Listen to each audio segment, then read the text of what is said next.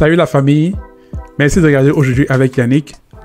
Beyoncé et Jay-Z sont sans aucun doute le couple de stars le plus célèbre de l'histoire de l'humanité. Ce sont de vraies légendes vivantes. Mais pensez-vous que leur relation est aussi parfaite qu'elle ne le semble? Pour être sincère la famille, parfois j'ai l'impression qu'ils ne sont que des partenaires d'affaires et pas réellement mari et femme au sens propre du terme. Alors, qu'est-ce qui se cache réellement derrière les histoires d'infidélité de Jay-Z? Pourquoi les deux stars font tout leur possible pour garder leur relation privée? Dans la vidéo d'aujourd'hui, j'essaierai de répondre aux questions précédentes tout en expliquant pourquoi les deux stars ne sont pas loin du divorce. Alors, installez-vous confortablement, détendez-vous et profitez du spectacle. Allons-y, let's go. Comparé à la plupart des stars, Jay-Z et Beyoncé mènent une vie amoureuse extrêmement réservée. Savez-vous par exemple que Jay-Z n'a pas de compte Facebook, Instagram ou Twitter? Les seules photos qu'on peut voir sur lui sont celles qu'il a postées sur les réseaux sociaux de sa femme Beyoncé. De plus, depuis le début de leur histoire d'amour, les fans ont essayé de déterminer la date exacte à laquelle leur relation a commencé. Étant donné que les deux stars n'ont jamais parlé, nous sommes obligés de reconstituer les événements sur la base des paroles de leurs chansons et des rares interviews qu'ils accordent. Alors, comment tout a commencé entre eux? De toute évidence, ils se sont rencontrés dans l'industrie de la musique et du showbiz. Il semblerait que depuis le début, Beyoncé ne voulait pas brusquer les choses. Elle affirma même que pendant plus d'1 an et demi, ils ne se parlaient qu'au téléphone et en tant qu'amis. Il n'était pas du tout question d'aller même à un simple rendez-vous. En 2002, Beyoncé et Jay-Z ont collaboré pour la toute première fois dans la chanson de Jay-Z, All Three, Bonnie and Clyde. Après cela, les médias et surtout les fans ont commencé à penser qu'il y avait anguille sous roche. Cependant, les deux stars n'arrêtaient pas de répéter à qui voulait l'entendre qu'ils n'étaient que de simples amis et rien de plus.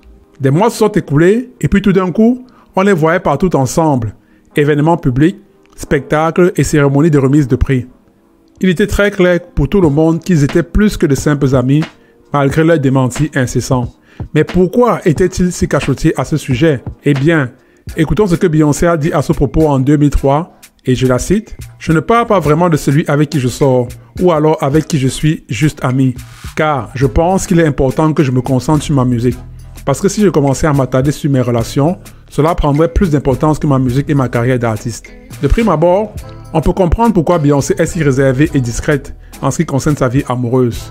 Car souvent, quand on est acteur, musicien, sportif ou simplement une célébrité, le talent et le travail peuvent être complètement éclipsés par des problèmes qui n'ont pas de sens. Néanmoins, la famille, depuis près de 20 ans que les deux stars se connaissent, il y a eu beaucoup de rumeurs d'infidélité entre les deux, surtout concernant Jay-Z. Ces rumeurs sont nées à cause des paparazzis et des médias, mais aussi à cause des paroles tirées des chansons de Beyoncé et des raps de Jay-Z. Ce qui m'amène à me poser la question suivante. Pourquoi sont-ils si mystérieux vis-à-vis de leur vie amoureuse, mais ne se gênent pas de dévoiler leurs secrets dans les paroles de leurs chansons? Eh bien la famille, la vérité est que ces deux stars ont compris que tout le monde veut savoir ce qui se passe dans leur foyer et quel est le meilleur moyen d'amener les gens à acheter leur album et leur musique. Utiliser leur musique pour faire circuler les rumeurs et les ragots à propos de leur relation. C'est la recette de leur succès musical et en affaires. Intelligent ou calculateur, je dirais un peu plus des deux. Sans aucun doute, Beyoncé et Jay-Z veulent que les gens se concentrent sur leur musique. Mais au-delà de cela, il me semble qu'ils veulent profiter financièrement et au maximum de tout ce qui leur arrive. C'est la raison pour laquelle dans leur musique, ils sont prêts à partager leur histoire d'amour avec leurs fans, du moment où ça leur rapporte de l'argent. Mais ne trouvez-vous pas bizarre qu'ils utilisent leur mariage comme stratégie de marketing pour se faire encore plus de sous? Les toutes premières rumeurs d'infidélité dans leur relation remontent en 2005. En effet, cette année-là, ces mêmes rumeurs disaient que Jay-Z se tapait Rihanna, sa protégée de l'époque. Cependant, d'autres sources affirment que ces rumeurs avaient été inventées pour créer le buzz autour de Rihanna, qui en 2005 n'était qu'une toute nouvelle artiste. Quoi qu'il en soit, ce fut la première des nombreuses accusations d'infidélité contre le rappeur. Et comme je vous aime beaucoup la famille, j'ai fait une vidéo dans laquelle j'explique comment Jay-Z a découvert et signé Rihanna sur son label Def Jam. Le lien pour cette vidéo est affiché en ce moment en haut et à droite de votre écran. Je ne sais pas si c'est ici ou bien c'est là. Et à présent, revenons à notre sujet. L'autre rumeur d'infidélité entre Beyoncé et Jay-Z concerne Beyoncé. En effet, dans son album B-Day, sorti en 2006, elle avait 2 chansons sur le coquifiage. Si ces chansons étaient réellement inspirées de la vraie vie, on pourrait conclure que Beyoncé avait pardonné à Jay-Z. Leur relation semble en avoir été fortifiée car plus tard, en 2008, les deux stars se sont mariés dans une cérémonie secrète. Malheureusement, à peine 1 an après le mariage officiel, de nouvelles rumeurs de coquifiage faisaient de nouveau entendre. Cette fois, les gens racontaient que Jay-Z avait une liaison avec sa nouvelle protégée Rita Ora. Alors, voici ce qui me turlupine la famille. Pourquoi Beyoncé a-t-elle continué à pardonner à Jay-Z si tout le monde sait que Jay-Z est un coureur de jupons? Peut-être qu'elle n'est pas si innocente que ça, après tout. En 2013, Jay-Z a sorti son single Holy Grail, dans lequel les paroles donnent l'impression que cette fois, c'était lui qui était cocu. Ces paroles disent, et je le cite, « Elle continue à me tromper. Et qu'est-ce que j'ai fait? Je me suis réconcilié avec elle. Si elle me trompe de nouveau, c'est de ma faute. Je ne peux même pas lui en vouloir. » Les choses étaient-elles en train de changer? Pas du tout. Parce que la même année, le top modèle Liv déclara que Jay-Z l'avait dragué et lui avait même demandé son numéro de téléphone. Dieu merci car Liv affirma aussi qu'elle avait refusé de donner son numéro de téléphone par respect pour Beyoncé. Malgré les apparences de couple parfait que les deux stars voulaient faire paraître, un événement dramatique se produisit le 7 mai 2014. Pour ceux qui ne savent pas, Solange Knowles est la petite sœur de Beyoncé. C'est une artiste comme une autre et au talent assez moyen. Et franchement, à mon avis, si elle n'était pas connue comme étant la sœur de Beyoncé, personne n'aurait rien à foutre d'elle. Alors, quoi qu'il en soit, le 7 mai 2014, Jay-Z, Beyoncé et sa sœur Solange assistaient au Met Gala. Quand tous les trois étaient dans l'ascenseur, sur les caméras de sécurité, on pouvait voir Solange crier et hurler sur Jay-Z en le frappant sauvagement. Ce qui a étonné tout le monde est la manière dont Beyoncé observait la scène silencieusement et sans rien faire du tout. Et vous connaissez le fameux dicton la famille, qui ne dit rien consent. Selon la rumeur de l'époque, Solange s'acharnait sur Jay-Z parce qu'elle venait de découvrir qu'il trompait de nouveau Beyoncé. Ce tristement célèbre incident d'ascenseur a vraiment endommagé l'image de couple parfait qu'ils avaient.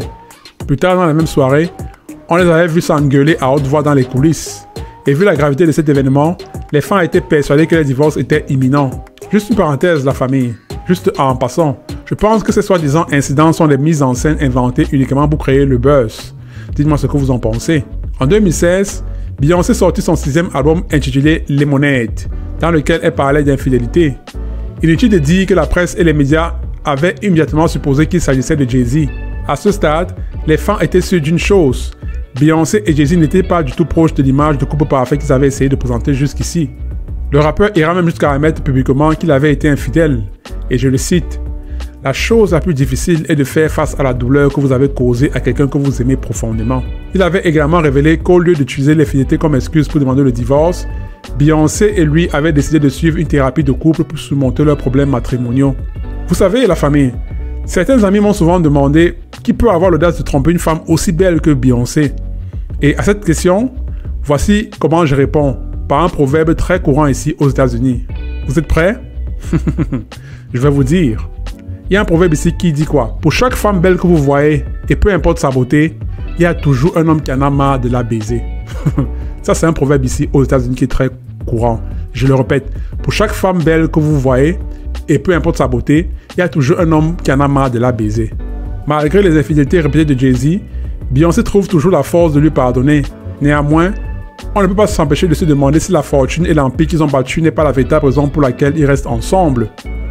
Une fois de plus, il semble que ces deux-là sont beaucoup plus focalisés sur comment utiliser leur mariage pour promouvoir leur carrière que sur le mariage en lui-même. Cependant, il y a quelque chose de particulier dont il faut qu'on parle parce que ça englobe leur mariage, leur carrière musicale et leur fortune personnelle. Eh bien, ce sont leurs enfants. Il est vraiment intéressant de remarquer que Jay-Z et Beyoncé ne cachent pas la vie privée de leurs enfants autant qu'ils cachent leur propre vie sentimentale. Contrairement aux autres célébrités, leur première fille, Blue Ivy, est carrément sous les projecteurs depuis sa naissance. Elle va à toutes les cérémonies de remise de prix avec ses parents. Elle part en tournée avec eux et elle suit Beyoncé partout où elle va. En fait, Blue Ivy est une figure de premier plan dans l'empire du couple. À seulement 9 ans, elle est déjà une icône de la mode. Elle a son propre styliste personnel et a même déjà gagné un Grammy Awards. Oui, vous avez bien entendu, en 9 ans, Blue Ivy est devenue la deuxième plus jeune gagnante du Grammy Awards pour le clip Brown Skin Girl, tiré de la bande originale du Lion King. Il semble que Blue Ivy soit déjà destinée au succès comme ses parents. Ce qui m'intrigue est de savoir pourquoi ses parents ne cachent pas sa vie privée avec autant de férocité comme ils le font avec la leur. Car vous pouvez facilement trouver tous les moindres détails à propos de Blue Ivy sur internet. Tous les moments de sa vie y sont détaillés. Ce qu'elle mange en une journée, qui sont les 6 nounous qui prennent soin d'elle et de ses frangins jumeaux. Je me dis que ses parents utilisent son image pour rentabiliser l'entreprise familiale. Qu'est-ce qui me fait le dire? Eh bien, Jay-Z et Beyoncé ont fait de son nom une marque déposée. Et oui, Blue Ivy est une marque déposée. J'ai effectué mes recherches et j'ai retrouvé son dossier au US Patent and Trademark Office, le bureau américain où on peut faire la demande de marque déposée.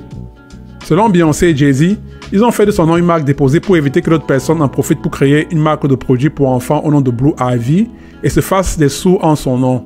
Moi, je trouve que c'est juste un moyen pour les deux stars de se faire de l'argent sur leur fille. Comme vous pourrez le constater, la famille, Jay-Z et Beyoncé ont construit leur image publique de manière très calculée. Chaque détail de leur mariage et de leur famille dont ils parlent est méticuleusement et stratégiquement choisi pour créer une image précise qu'ils veulent que les gens aient d'eux. Et le mariage est présenté comme une conte de fées entre un gangster, Jay-Z, et une princesse, Beyoncé.